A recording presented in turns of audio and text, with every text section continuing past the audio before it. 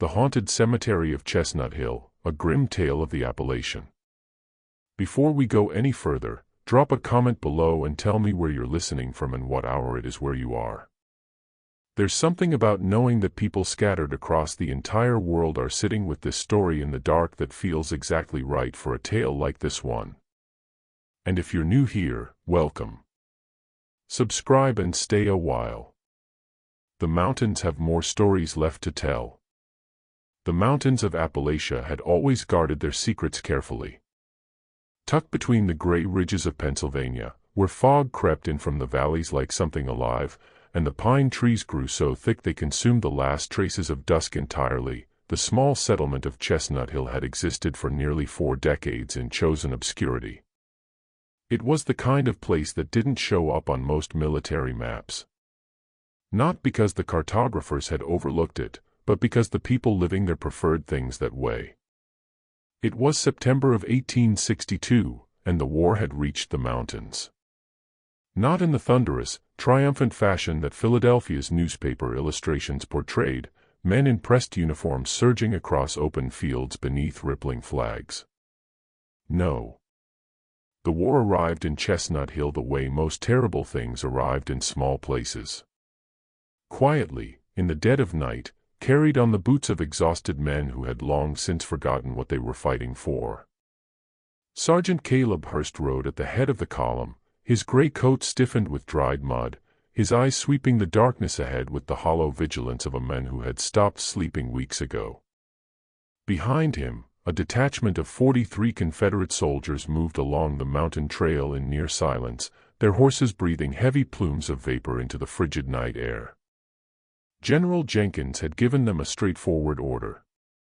Scout the road north of the Youghiogheny River, locate any Union encampments, and return by dawn. It was supposed to be a routine patrol. Hurst, a young corporal named Dade, drew his horse alongside the sergeant, his voice barely above a breath. "There's light ahead through the trees." Hurst raised his fist and the column halted. 43 men held their breath. Through the dense wall of pines, faint and yellowish, flickered what appeared to be scattered lantern light, dozens of them arranged in uneven rows, low to the ground, stretching across a wide clearing. Hurst lifted his field scope and pressed it to his eye. In the magnified dark, he made out shapes, upright silhouettes, evenly spaced, standing motionless in the fog. His jaw went tight. An encampment. Union sentinels on guard. He snapped the scope shut. "Prepare to engage," he said quietly. What Sergeant Hurst had failed to understand, what none of them understood until it was far too late, was that the lanterns were not camp lights.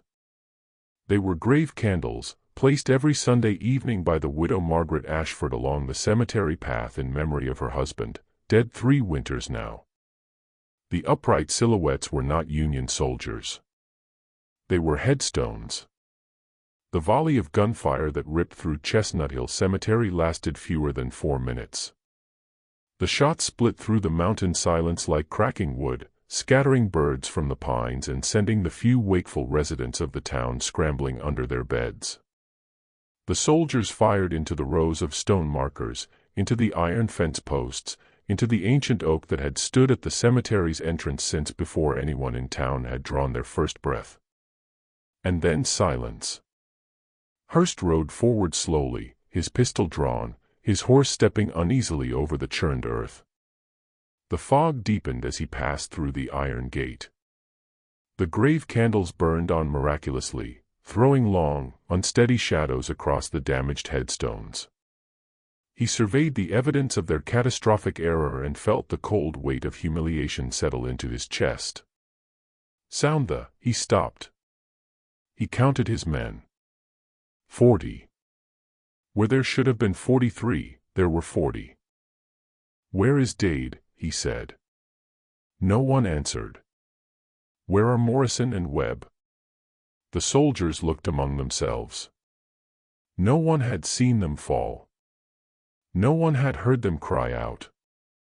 Their horses stood riderless at the cemetery gate, reins trailing in the mud, perfectly calm, as though their riders had simply stepped down and wandered into the dark. But there were no footprints leading out of the cemetery. There were no footprints at all. By morning, the Confederate detachment had withdrawn from Chestnut Hill without filing a report. Sergeant Hurst would later record in his personal journal, a journal not discovered until 1931, only a single sentence about that night.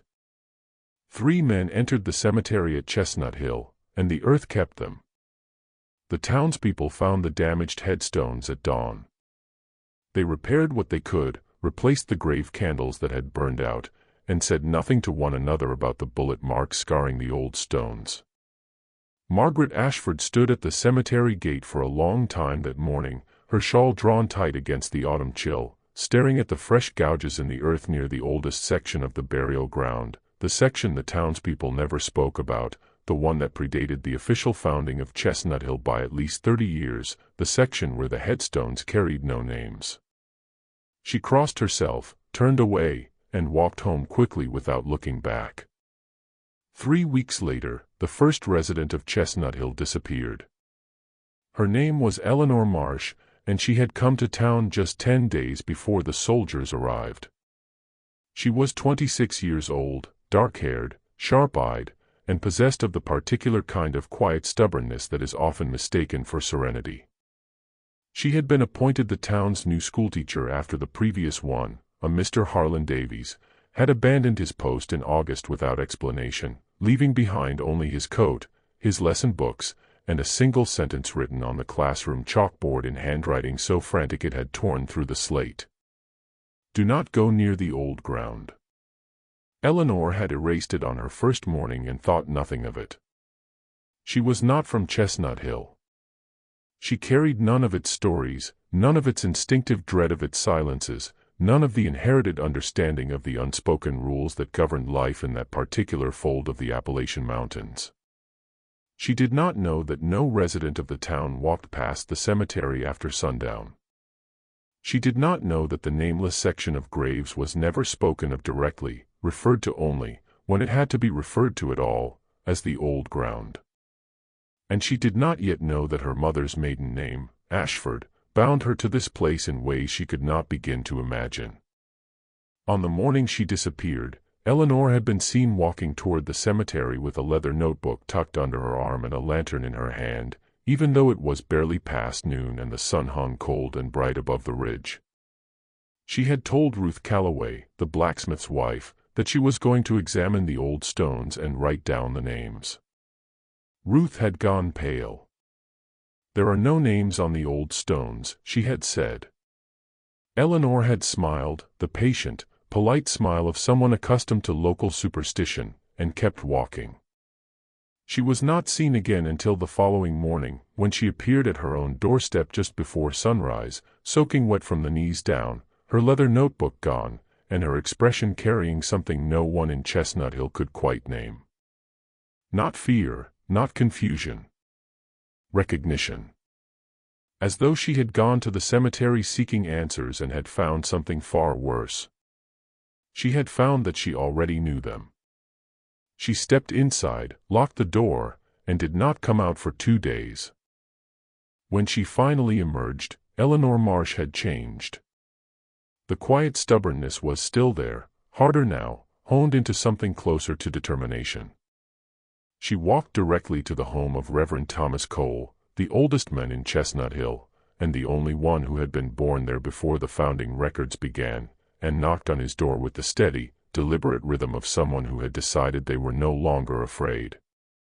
The Reverend opened the door, took one look at her face, and stepped aside without a word. She walked in, sat across from him at his kitchen table, and placed her hands flat on the wood. "Tell me," she said, "about the original families. The ones who were here before the town had a name." The old man was quiet for a very long time. Outside, the wind moved through the pines with a sound like breathing. Finally, Reverend Cole closed his eyes and said, "I was hoping you'd never ask." Reverend Thomas Cole had the hands of a man who had spent his life gripping things he was afraid to let go of. They rested on the kitchen table now, thick-knuckled, trembling slightly, wrapped around a ceramic mug that had long gone cold. The fire in the hearth behind him threw his shadow long and crooked across the wall. Eleanor sat across from him and waited. She had learned in her short time in Chestnut Hill that these people did not respond well to being rushed. They carried their silences the way other people carried tools, with purpose, with weight, with the deliberate care of those who understood that certain things, once set down, could not easily be picked back up again. Finally, the old man spoke. There were 7 families, he said, before the town had a name, before there was a church or a schoolhouse or a road wide enough for a wagon. 7 families came into these mountains in the winter of 1819, and they did not come because they were brave. He paused. They came because they were running. Eleanor opened her mouth. He raised one hand. Let me finish. When a man runs from something in a city, he leaves it behind. When a man runs into the Appalachians, Cole shook his head slowly. The mountains have a way of turning you around. Of bringing the thing you ran from right to your front door. Only by then, it's had time to grow. The 7 founding families of Chestnut Hill had come from 3 separate counties in Virginia, united by a single event none of them had ever spoken of publicly. A land transaction carried out in secret in the autumn of 1818, in which a parcel of mountain territory was exchanged not for money, not for goods, but for a promise. Cole described it carefully, choosing each word the way a man selects his footing on unstable ground. A local Cherokee elder named Atohi had warned the settlers about the land they were claiming, not because it was sacred, though it was, but because something had been sealed beneath it long before his own people had learned to give it a wide berth. A burial site, yes, but not the ordinary kind. The earth in that particular hollow had been used for generations as a place to contain things that could not be destroyed, grievances, debts, promises made under duress that twisted themselves into curses across time. The settlers had not listened to Atohi. They had, however, struck an agreement with him, a formal one, conducted at night, witnessed by all 7 family patriarchs. In exchange for the right to build on that land, they would maintain the old ground. They would keep it undisturbed. They would make periodic offerings. Nothing elaborate, Cole was quick to clarify. Not blood sacrifice, not ritual. Simply acknowledgement. A candle, a spoken word, a remembrance. And they would never, under any circumstances, disturb the nameless graves. For nearly 20 years, the agreement held. The town prospered quietly. Children were born. The cemetery expanded as the community grew, spreading outward from the old ground with the respectful distance of people who understood the geography of their own secrets. The 7 families intermarried, their names weaving together through the generations. Cole, Ashford, Marsh, Webb, Harlan, Dade, Morrison. Eleanor went very still. Marsh, she said. The Reverend held her gaze. Your mother's mother was born Hannah Marsh of Chestnut Hill. She left in 1831, before you were born, before your mother was born. She left because she had seen what happens when the agreement is not kept. He paused. The Harlan family stopped making the acknowledgement in 1848. By 1851, 3 Harlans had vanished. The last one, old Samuel Harlan, was discovered sitting in the nameless section of the cemetery at dawn, his hair entirely white, his eyes open, alive but no longer present. He lived another 11 years without speaking a single word. Mr. Davies, Eleanor said slowly. The teacher before me. His name was Harlan. Cole nodded, his jaw tight. His grandmother was a Harlan by birth. Some debts travel through blood, Miss Marsh. The land makes no distinction between the guilty and the merely descended. Eleanor walked home through the cold afternoon with her mind moving faster than her feet. The implications arranged themselves with brutal clarity as she crossed the empty main street of Chestnut Hill, past the shuttered general store, past the well where two small children stopped playing to watch her pass with the particular solemnity that children in small places sometimes show to strangers who have begun to understand things about their home. She thought about the 3 Confederate soldiers who had vanished in the cemetery. Dade, Morrison, Webb. 3 names, 3 founding families. She thought about the fresh marks in the earth near the nameless section that Margaret Ashford had stared at on the morning after the soldiers came. She thought about her own 2 missing days, her notebook gone, her shoes soaked to the knee, and the terrible sourceless certainty she had woken with, that she had been somewhere she could not name, and that something there had recognized her. She stopped walking. What moved through her then was not fear. It was worse than fear. It was the sensation of a pattern locking into place, the specific, nauseating clarity of understanding that the events of recent weeks were not random, that the soldiers' arrival had not triggered something. It had merely accelerated something that had been building for years, fed by neglect and forgetfulness and the slow erosion of the agreement that 7 frightened families had made on a winter night in 1819. The cemetery was not haunted. It was hungry. And after 43 years of being quietly, patiently ignored, it had begun collecting what it was owed. That evening, Eleanor did something no sensible resident of Chestnut Hill would have done. She returned to the cemetery, not to the main section with its legible headstones and grave candles and iron fence, but to the back, past the point where maintained ground gave way to older, rougher earth, where the grass grew differently, coarser, darker, as though drawing from a different source than the rest. She went to the nameless section, and she stood at its edge as the last light drained from the sky above the ridgeline. And she did what Reverend Cole had described. She lit a candle. She spoke aloud, her name, her mother's name, her grandmother Hannah's name. She said, in a voice steadier than she felt, "I know what was promised. I know it has been neglected. I am here." The wind through the pines shifted, just slightly, just enough. She was not certain what she had expected, some dramatic sign, some release of tension, some confirmation that she had done the right thing. What she received instead was subtler and, in its way, more unsettling. The quality of the silence around her changed. It became attentive, as though the darkness had been waiting without knowing it was waiting, and had only just noticed that someone had finally arrived. She stood there for a long time, the candle burning steadily in the still air of the clearing. Then she heard footsteps behind her. She turned. Sheriff Leland Cross stood at the edge of the old ground, hat in his hands, his expression carrying the complex mixture of authority and discomfort that Eleanor had come to associate with men who wielded power in places they did not fully understand. "Miss Marsh," he said, "I need you to come with me." His voice was measured and controlled, but his eyes moved across the nameless graves with the rapid, involuntary scanning of a man trying very hard not to look at something specific. "Why?" she asked. He was quiet for a moment that lasted too long. "Because," he said finally, "Martin Cowie went missing this afternoon. He was seen heading in this direction." He paused. Martin's grandmother was born a Dade.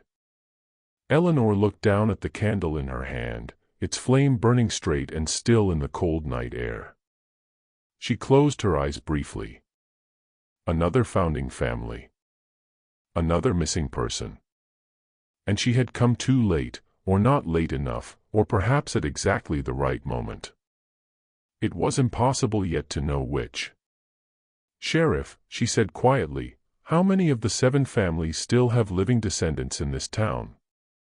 He stared at her. In the firelight, his face was difficult to read. "4," he said at last. "Why?" Eleanor looked out across the nameless graves, their unmarked stones pale and patient in the darkness. "Because," she said, I think we have very little time."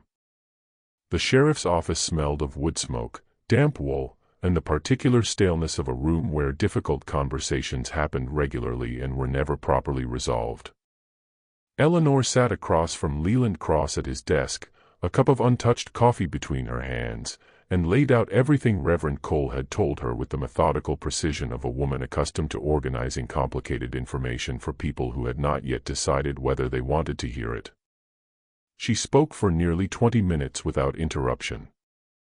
Cross listened, arms folded, his expression cycling slowly between skepticism, unease, and something that, in a less guarded man, she might have called dread. When she finished, the office was very quiet. Outside, the wind pressed against the main street of Chestnut Hill with a low, persistent sound that leaned against the windows like something asking to be let in. "You're telling me," Cross said finally, in the measured tone of a man selecting his words the way one picks stones to cross an uncertain river, "that a contract made by dead men with a Cherokee elder 43 years ago is why Martin Cowie is missing." "I'm telling you," Eleanor said, "that it is the most coherent explanation for a pattern of disappearances that you have not, as far as I can determine, managed to explain any other way." He said nothing. "How many people have gone missing from this town in the past decade, Sheriff?" A long pause.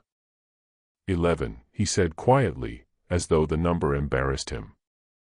"And how many of those investigations were closed?" Another pause. "All of them." Eleanor spent the following 3 days in the town's records room, a cramped, low-ceilinged space attached to the back of the church, packed floor to ceiling with ledgers, deeds, and correspondence that smelled of mildew and old candle wax. Ruth Calloway brought her meals and said very little, watching Eleanor work with the nervous, complicated expression of someone who wanted to help and was afraid of what the helping might cost. What Eleanor found in those records was not exactly a surprise.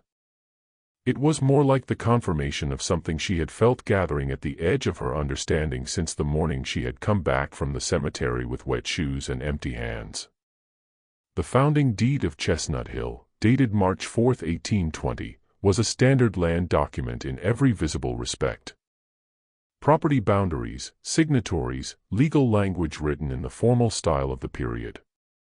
But on the final page, appended in different ink, darker, older-looking, as though added at a separate time from the rest, was a clause that appeared in no legal terminology Eleanor had ever encountered. It was written in plain language, almost conversational, as though whoever had added it wanted to be absolutely certain there was no possibility of misinterpretation. She read it 3 times before she was satisfied she understood it correctly. In consideration of the right to build upon and derive benefit from this land, the undersigned families agree to maintain the integrity of the old ground in perpetuity.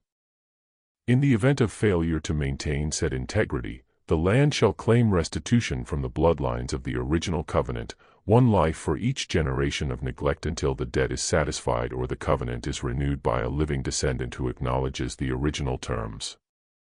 7 signatures below. 7 family names. And at the bottom, in that same darker ink, a single additional line with no signature beside it at all. The ground remembers what men forget. Eleanor sat back in her chair and pressed her fingers to her mouth. 1 life for each generation of neglect. The Harlan family had stopped observing the covenant in 1848. 3 generations had since passed. 3 Harlans gone, and the last left hollow and silent as a swept room. The Webb family. The Dade family. The Morrison family.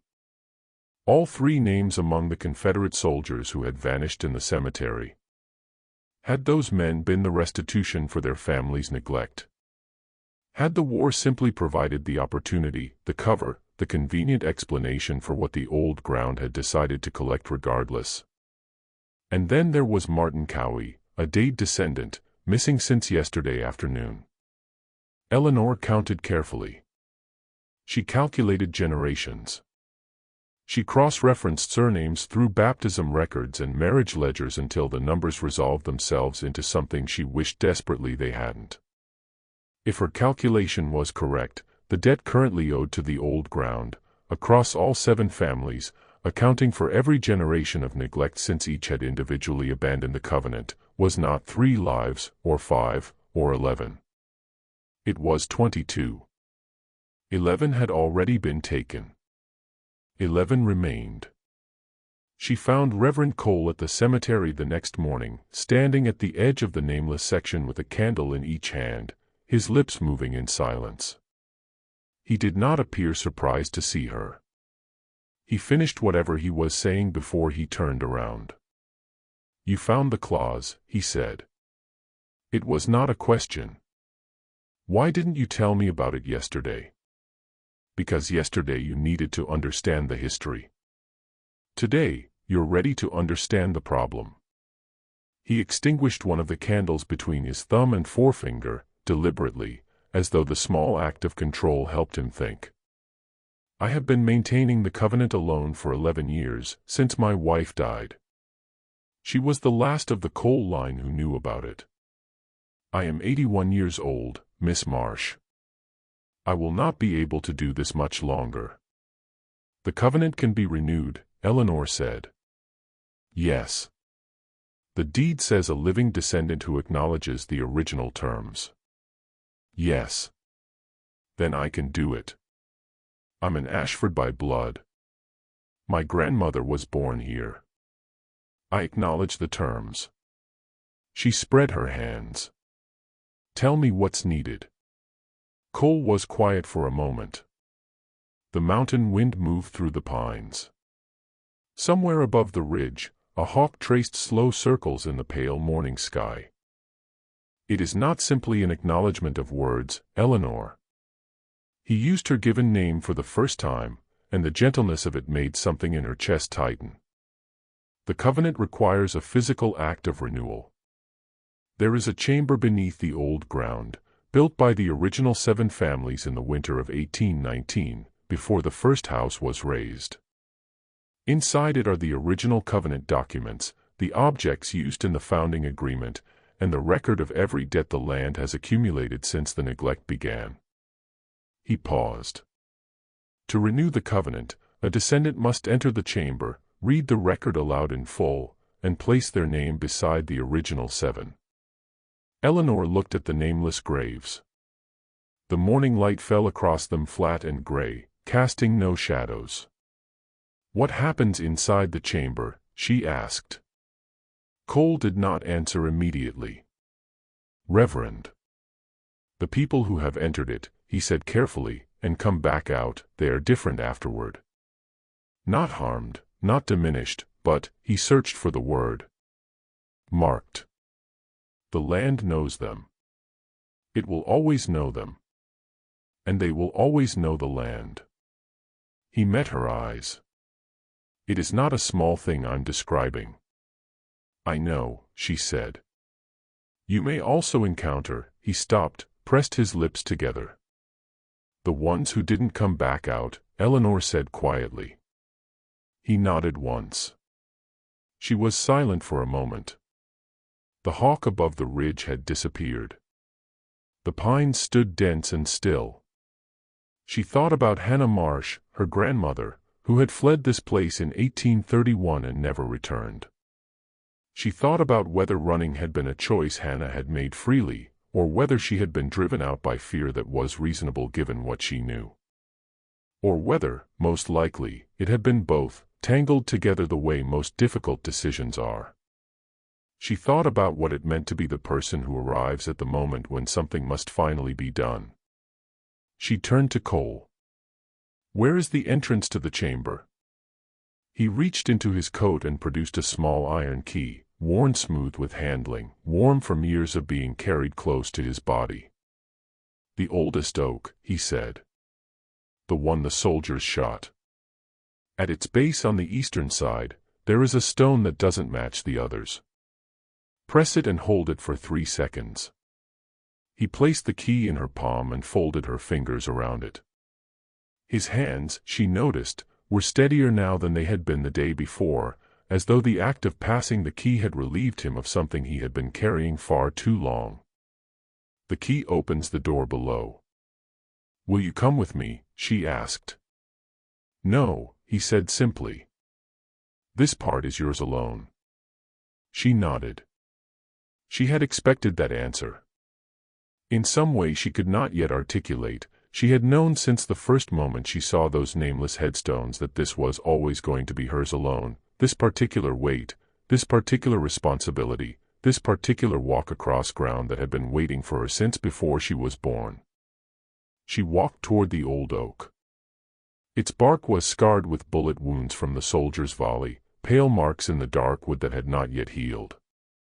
She crouched at its base and found the stone on the eastern side, slightly different in color, slightly smoother, set just fractionally deeper than those around it. She pressed it and held it. 3 seconds. 4. From beneath the earth, she heard a sound like a bolt sliding back. The stone moved. Below it, cut into the cold mountain earth with the careful precision of men who understood that what they were building would need to outlast them, stone steps descended into darkness. The air rising from the opening was not cold, as Eleanor had expected. It was still, perfectly, completely still, in the way of spaces that have not been disturbed for a very long time. She lit her lantern. She checked the key in her pocket. Behind her, she heard Cole's voice, quiet as a prayer. "Come back out, Eleanor." She did not look back. She descended. The chamber was larger than she had imagined. A low-ceilinged room of fitted stone, perhaps 15 feet across, lit by her lantern's small, trembling circle of light. Along the walls, wooden shelves held objects she couldn't yet examine, bundles of cloth, ceramic vessels, folded documents. In the center of the room, a flat stone table bore a single large ledger, its cover dark with age, and beside it, an inkwell and a pen that should not, by any logic of chemistry or time, still have been wet. But it was. Eleanor approached the table slowly. She set her lantern down and opened the ledger. The first pages were in handwriting she did not recognize, the 7 original covenant signatures, the terms of the agreement, the founding family names written in the careful, deliberate script of people who understood they were creating something permanent. Then, page after page of records. Names, dates, the precise, terrible accounting of a debt compounding across generations. And then the newer entries, names she recognized, people she had heard mentioned in hushed conversations since arriving in Chestnut Hill. The 11 who were gone. She turned to the last written page. The most recent entry was dated 3 days ago. Martin Cowie. Dade bloodline. Generation 3 of non-observance. Debt satisfied. Below it, the page was blank. Below that, at the very bottom, in ink that appeared fresher than anything else in the book, almost as though it had been written that very morning, a single line. 11 remain. The covenant awaits renewal or completion. Eleanor Marsh stood in the chamber beneath Chestnut Hill Cemetery, 43 years of accumulated debt written out before her in meticulous detail, a pen that should have run dry long ago waiting at her right hand, and understood with absolute clarity what she had come here to do. She picked up the pen. She turned to a fresh page. And somewhere above her, in the nameless section of the old ground, she heard, faint, sourceless, impossible, the sound of earth moving. As though something below the graves had heard the scratch of the pen and had turned, slowly, to pay attention. The first thing Eleanor noticed as she settled deeper into the chamber was that the silence had texture. It pressed against her eardrums with the particular density of silence that exists not in the absence of sound, but in the deliberate suppression of it, as though the earth itself were holding its breath, conscious of her presence the way old, patient things are conscious of small disturbances in their domain. She moved the lantern slowly from left to right, letting the light find the edges of the room, and what she saw along the walls made her stop walking entirely. They were not shelves, as she had first assumed. They were alcoves, shallow recesses carved directly into the stone, each one precisely the width and length of a human body, each one empty, but not unused. The stone inside each alcove was worn smooth, polished by contact over many years. And at the base of each one, a name had been carved into the floor. Not the names of the dead. The names of the missing. All 11 of them. Eleanor moved the lantern close to the nearest alcove and read the name carved there. James Harlan. 1851. The stone inside was smooth and faintly warm to the touch, which made no geological sense whatsoever. She moved to the next. Clara Webb. 1857. Warm. Smooth. Occupied in some way she could not define by a presence that was not quite absence. She understood then what Cole had been unable to tell her directly. The missing were not dead, not exactly. They were retained, held in a state of suspension between what they had been and what the land had claimed them to be. The covenant had not destroyed them. It had absorbed them, the way deep water absorbs light, taking it in completely, transforming it, returning nothing. The debt of 11 lives had not been paid in death. It had been paid in permanence. She returned to the stone table at the center of the room, steadied herself, and read the ledger aloud from the beginning. It took a long time. Her voice filled the chamber in a way that seemed disproportionate to the space, larger than it should have been, resonant, as though the stone walls were amplifying something beyond mere sound. She read every name, every date, every notation of generation and bloodline and neglect. She read the original covenant terms in the careful, plain language of the founding patriarchs. She read the clause about renewal. She reached the final entry. Martin Cowie. Dade bloodline. Generation 3 of non-observance. Debt satisfied. She paused. The sound that answered her pause was not loud. It was barely a sound at all, more a shift in pressure, a change in the quality of the stillness, as though the room had exhaled very slightly. As though it had been waiting for someone to read that name aloud, to acknowledge it, for 3 days. She turned to the fresh page. She wrote her full name in the ledger. Eleanor Hannah Marsh, descendant of Hannah Ashford Marsh, born Chestnut Hill, Pennsylvania, 1831. Then she wrote, in her own words, a statement of acknowledgement, not copying the archaic language of the original covenant, but speaking directly, in plain 1862 English, to whatever intelligence resided in the stone and earth around her. She wrote that she understood what had been promised. She wrote that she understood what had been neglected.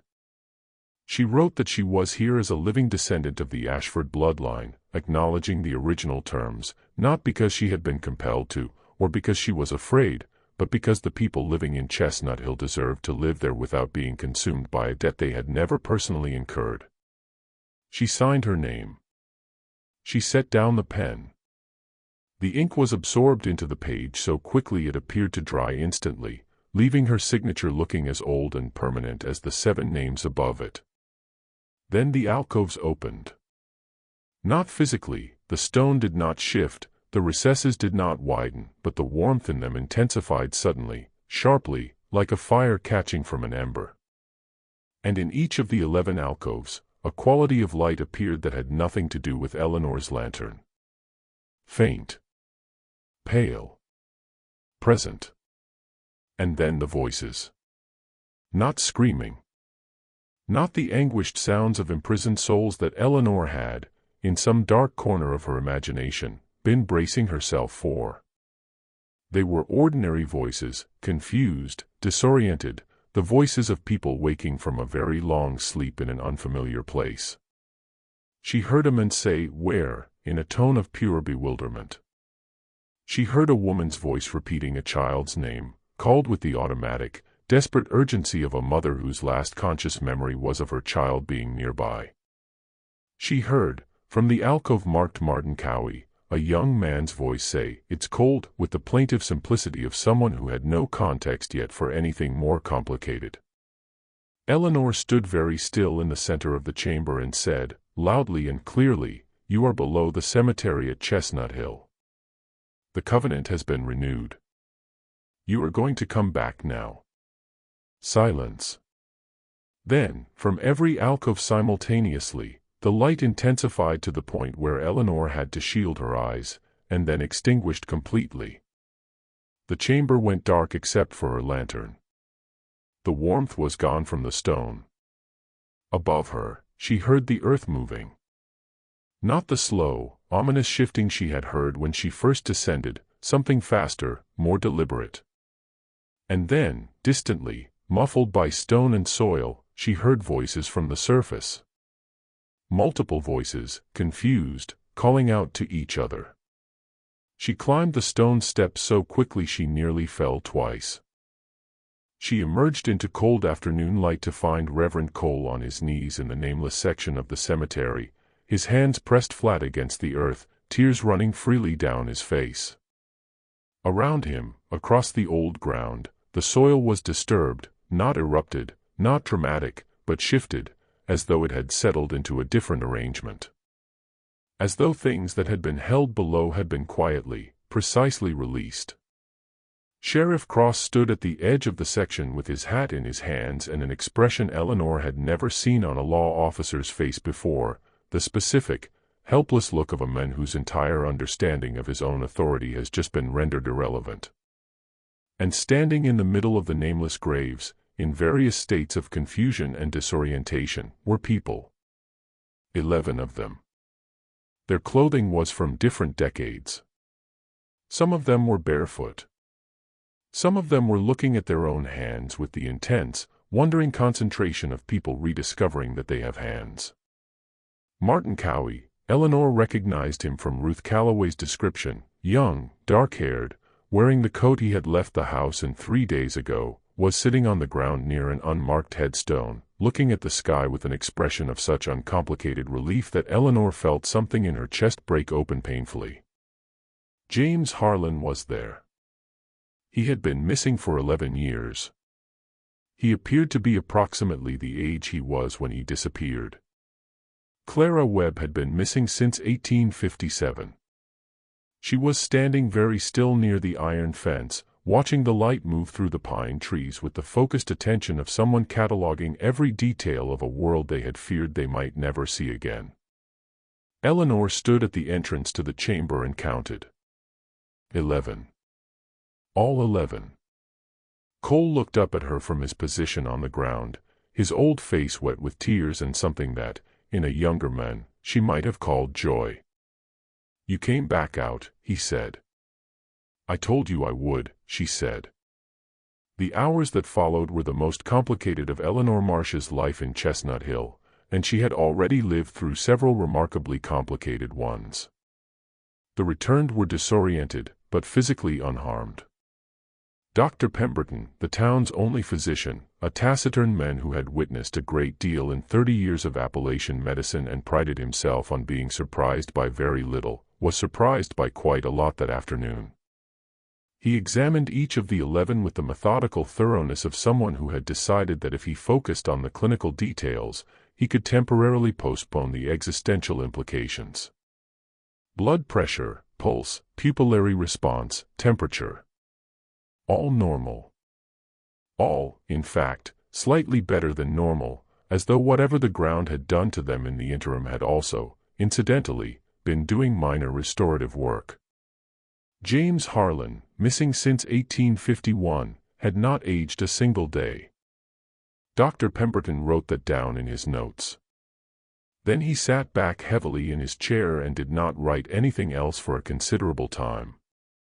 The harder problem was the families. James Harlan's wife had remarried in 1853 after he was legally declared dead. She had 3 children with her second husband, who was currently sitting at their kitchen table eating supper, completely unaware of what was happening at the cemetery. Clara Webb's parents were both dead. Martin Cowie's mother was alive, and when Ruth Calloway went to bring her to the church where the returned were being looked after, the woman ran the entire distance in her house shoes. Eleanor sat with each of the returned in turn, giving them what she could: time, patience, the basic facts of their situation delivered as clearly and as kindly as possible. She did not pretend the circumstances were simple. She did not offer false comfort. She told them the truth in the same plain language she had used in the covenant ledger. Here is what happened. Here is where you are. Here is what has changed. Here is what you are owed by the living and what the living will need from you in return. It was, she reflected, not entirely unlike teaching. She found Sheriff Cross waiting for her outside the church at dusk, leaning against the wall with his arms folded, the particular stillness of a man who has been waiting long enough to have made some preliminary peace with what he is about to say. "I owe you an apology," he said. "You were skeptical," she said. "That's reasonable." "I was obstructive," he said. "That's different." He was quiet for a moment. "I knew more than I told you. I knew about the disappearances. I knew about the pattern. I chose to believe it was something else, something I could manage with ordinary law." He paused. "I told myself the covenant business was old women's superstition." "It nearly cost 11 more people," Eleanor said. "Yes," he said. "I know." The light was fading over the ridge. The pines along the cemetery boundary were becoming silhouettes. Neither of them looked in that direction. "What happens now?" he asked. "With the covenant? With the old ground?" Eleanor considered the question carefully. "The covenant is renewed," she said. "The debt is cleared. What happens now is maintenance, regular acknowledgement. Someone has to do what Cole has been doing alone for 11 years, and do it properly this time, with the community's knowledge, not as a secret kept by one old man." She held his gaze steadily. "The 7 families still have living descendants in this town. They have a right to know what their names were signed to in 1819, and what that means for the land they've been living on. They won't all believe it," he said. "They don't need to believe it," she said. "They need to participate in it. There's a difference." Cross was silent for a long time. The last daylight drained from the sky. The first stars appeared above the ridge, cold and very far away. "I'll support you," he said finally. "Whatever you need from the town's authority, you'll have it." She nodded. She had expected it would take him longer to arrive at that position. She was glad it hadn't. "There's one more thing," she said. He waited. "The nameless headstones. I want to give them names." He looked at her. "Do you know whose they are?" "Not yet," she said. "But I'm going to find out." Winter came early to Chestnut Hill that year. By late October, the first snow had already settled into the creases of the mountain ridges, and the pine trees along the cemetery boundary stood under a thin white weight that made them look like old men bowing beneath a burden they had learned over many years to simply accept. The townspeople moved through their days with the particular deliberate normalcy of a community that has survived something it does not yet know how to discuss, doing ordinary things with slightly more intention than usual, saying good morning to neighbors with a fraction more care, pausing occasionally in the middle of familiar tasks to look out windows at a landscape that was the same as it had always been, and also somehow permanently different. 11 people had come back from the ground. That fact sat at the center of Chestnut Hill like a stone dropped into still water, its ripples touching every household, every conversation, every quietly renegotiated relationship between people who had been grieving and people who no longer needed to be grieved. James Harlan's situation was the most complicated. His wife Catherine had spent 3 days in the church before she could bring herself to see him, not because she didn't want to, but because the wanting was almost unbearable in its complexity. She had mourned him. She had rebuilt a life. She had loved again, carefully, with the cautious heart of someone who had learned what loss costs. And now here was James, unchanged, sitting in the same pew where they had been married 20 years ago, looking at her with eyes that contained not a single day of the 11 years she had accumulated without him. Eleanor did not try to resolve that situation. She did not believe it could be resolved exactly, only negotiated incrementally by two people who had both been wronged by the same event in completely different ways. What she could do was be present. To sit with Catherine in the church when the woman finally walked through the door, and to sit with James when he saw his wife's face and understood, in the span of a single second, everything his absence had cost her. What happened in that room between them was private. Eleanor left them to it. She spent November in the records room. The task of identifying the nameless graves was slower and more difficult than she had anticipated. The oldest of them predated not only the town's official founding, but any written records she could find in Chestnut Hill's archives. She wrote letters to county record offices. She corresponded with historians in Philadelphia. She interviewed every elderly resident who might have heard, as a child, fragments of stories about the old ground. Who was buried there before the cemetery, before the covenant, before the 7 families arrived with their secrets and their promises. What she assembled, piece by careful piece, was a history that predated the one Chestnut Hill had officially claimed for itself. Before the 7 Virginia families, before the agreement with Otohe, before any European presence on that particular fold of mountain. The old ground had been a place of burial and ceremony for the Cherokee people of the region, used for generations to inter those who had died under difficult circumstances, warriors, travelers, people who had fallen far from their own communities and been brought here by others who understood that the dead deserve acknowledgement regardless of where they fall.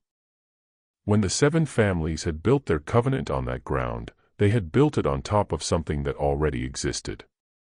The agreement with Otohe had not created the ground's power. It had simply formalized the settlers' relationship to a power that was already ancient. The nameless graves were not nameless because the people within them were unknown. They were nameless because the names belonged to a language and a tradition the town had not known how to honor. Eleanor sat with that understanding for a long time before she decided what to do with it. She found Otohe's grandson, a man named Sequoyah Davis, who lived on a farmstead 2 valleys east of Chestnut Hill, through a chain of introductions that began with Reverend Cole and passed through 3 intermediaries. She rode out to his farm on a gray December morning, alone, with a copy of the founding deed and the covenant ledger in her bag and no clear plan for the conversation except honesty. Sequoyah Davis was a quiet man of about 50 with the particular quality of stillness that Eleanor had come to associate, over her months in Chestnut Hill, with people who had been carrying the weight of something unresolved for a very long time. He read the documents she brought without comment. When he had finished, he set them on the table between them and looked out the window at the frozen fields for a while. "My grandfather told my father," he said finally, that the agreement he made with the settlers was not made out of generosity. It was made out of practicality. The land was going to be taken regardless. He chose to formalize it in a way that gave the land some protection. He paused. He did not believe the settlers would keep the covenant. He was right, Eleanor said. He usually was. A brief, complicated expression crossed his face. "What are you asking of me, Miss Marsh?" "I want to give the old graves their proper names," she said. "I don't know those names. I don't know the tradition that should be used to honor them. I'm asking if you would be willing to help, not for the town's benefit. For theirs." Sequoyah Davis looked at her for a long time. "Why should I help a town that built itself on an agreement it broke?" "Because the people in those graves have been without acknowledgement for 40 years, Eleanor said quietly. "And whatever the town did or didn't do, they didn't choose to be buried there, and they didn't choose to be forgotten. And I think," she stopped, started again. I think the covenant's power comes from that place, from whoever is buried there. And I think they deserve to be thanked for that. Not just used. Another long silence. Then Sequoia Davis said, "Come back in 2 weeks. I will need to speak with my family first." He came in January with his wife, his 2 adult sons, and an elderly aunt who moved slowly but with great certainty, and who, Eleanor would later understand, was the keeper of exactly the knowledge they needed. What happened in the nameless section of Chestnut Hill Cemetery on that January morning was not, by any standard Eleanor had been raised with, a ceremony she recognized. It was conducted in Cherokee, which she did not speak. It involved objects and gestures whose meaning she was not entitled to be told. She stood at the edge of the section with Reverend Cole and Sheriff Cross and said nothing, participating only by the simple act of witnessing, which was, Sequoia Davis had explained to her, sometimes the only participation appropriate for those who were not of the tradition. When it was over, the elderly aunt stood in the center of the old ground for a moment, eyes closed, perfectly still, and said something very quietly. Sequoia translated for Eleanor later, walking back toward the gate. She said, "The ground acknowledges the acknowledgement," he said. She said, "The ones buried there know their names were spoken. That is sufficient." "Will they need to come back?" Eleanor asked. "For the covenant?" "For maintenance. My family has been maintaining our relationship with that ground since before your covenant existed," he said, without edge, simply as a statement of fact. "That will continue. What your town does in addition to that," he glanced back at the cemetery, "is your responsibility." Eleanor nodded. It was a fair apportioning of things. By February, the town had established a formal covenant committee, 6 people, 1 from each of the remaining founding bloodlines, plus Eleanor as the acknowledged renewer, meeting 4 times a year to observe the terms of the original agreement. Cross had supported it with the town's formal authority. Cole had transferred his custodial knowledge to the committee with the evident relief of a man finally setting down a weight that had been slowly bending him. The returned 11 were navigating their way back into their lives with varying degrees of difficulty and grace. Martin Cowie had thrown himself into farm work with the focused energy of someone determined to reoccupy their own existence as thoroughly as possible. James Harlan and Catherine had reached some arrangement that satisfied them both, though its precise nature was their own business. Clara Webb, who had no family left, had been taken in by the Calloway household with the straightforward generosity that was, Eleanor had come to understand, one of Chestnut Hill's better qualities. And the nameless graves now had markers, not headstones.